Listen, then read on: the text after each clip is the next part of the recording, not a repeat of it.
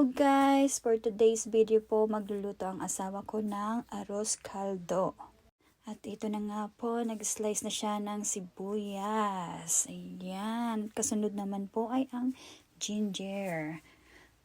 Mahusay po magluto ang asawa ko at ito pong arroz caldo ay isa sa pinakamasarap na niluluto niya. At ayan.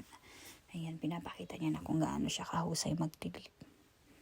So, ayan po, habang nagtitilip po ang asawa ko, nag-request naman po siya na kuhanan ko daw ang kanyang mukha para makita ang kanyang kagwapuhan. At ayan na nga po, ayan.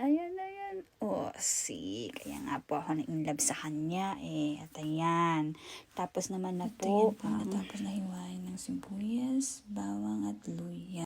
Sunod naman pong hiniwa ni Daddy ay ang chicken.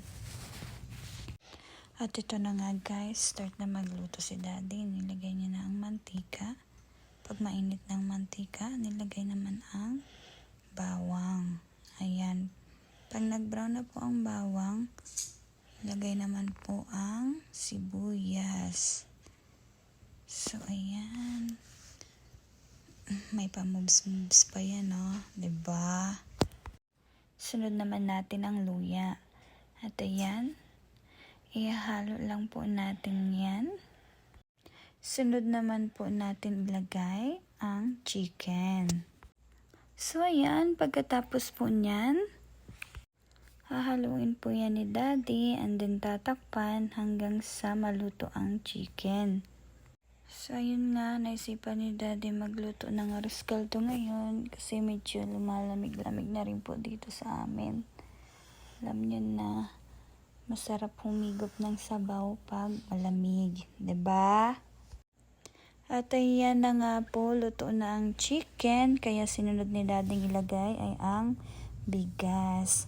Take note nga pala guys, ayan si Daddy, bago niya ilagay yung bigas sa kaserola, binababada niya muna ng tubig yung bigas.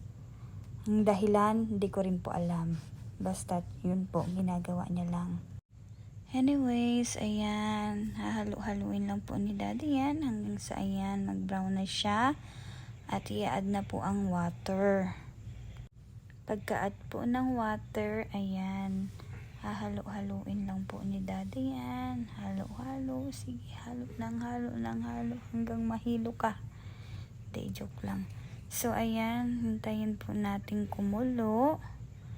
At ito na po, kumulo na siya. Kailangan po nating haluin yan para hindi dumikat yung bigas sa kaserola. At ito na nga guys, luto na ang arroz caldo ni Daddy. Ayan. Tara guys, kain muna tayo.